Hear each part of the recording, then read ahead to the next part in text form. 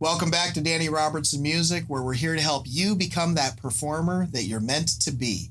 I'm Danny Robertson. Thank you for joining me again this week. I wasn't planning on shooting a video again today, but I read something on social media that kind of got me a little bit fired up, and I thought, you know what, let's talk about it a little bit. I was on social media, and I was just looking at something and came across somebody's post about a gig that they were offered for a significantly low price for a 4-hour set of music.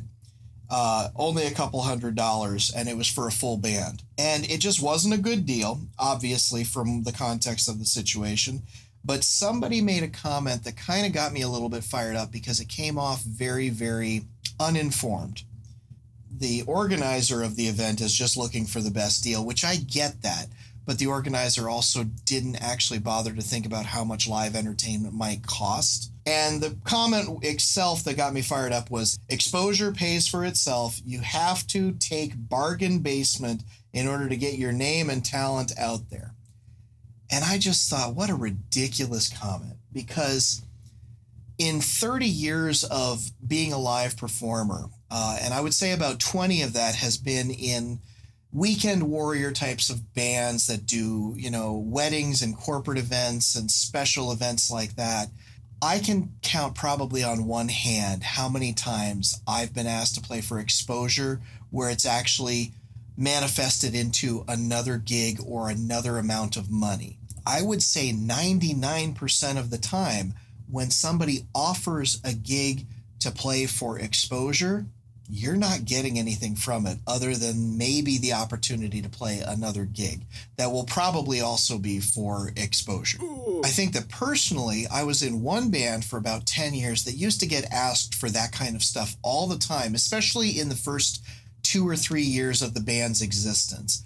And as we got bigger and more popular, it grew into something where people were offering to pay us more and more money because they knew our value. But early on, we were being offered all these gigs to play for basically nothing, and most of those didn't pan out to anything else. There was one that we got in about the 5th year of the band that it was paid, but it wasn't a lot.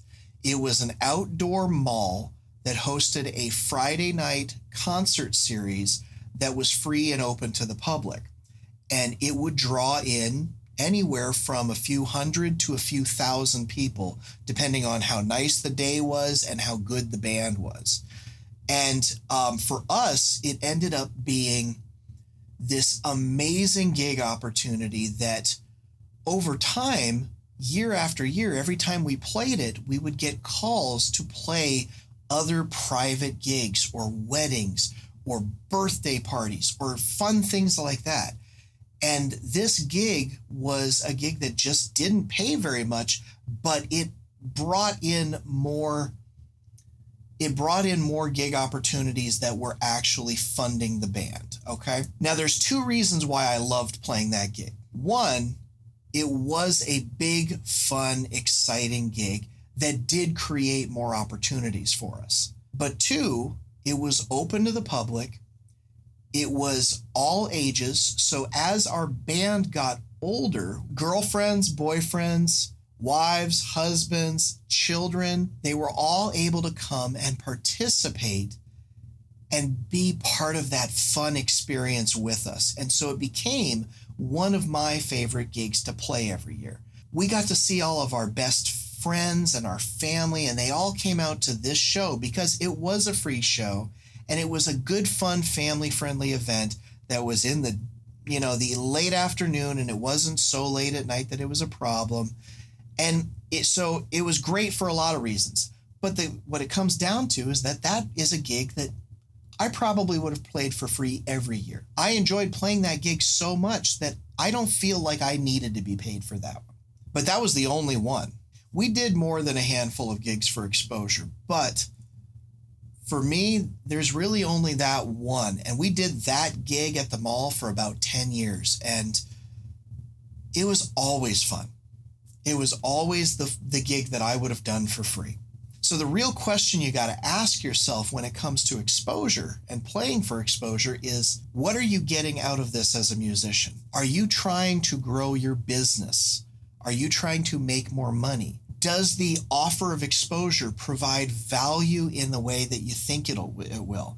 Will you get more gigs from it? And will those gigs be paying gigs? You also have to ask yourself, am I doing this for the money? You have to ask yourself, am I doing this because I enjoy playing music live and I'm doing it for the fun of it?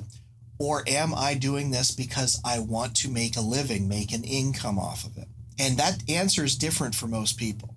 So when it comes to playing gigs that are offering you exposure as your paycheck, just remember this. There's an old saying, exposure does not pay the bills.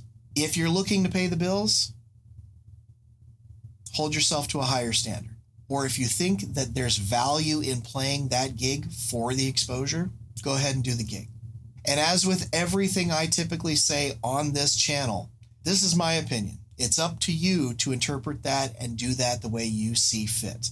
Whether you want to play for exposure or you want to play for money. And if you want to dive deeper into becoming that performer that you're meant to be, things like talking to an audience, connecting with a crowd in the way that they will really feel emotionally connected to your show, creating that live performance experience that your audience is just craving.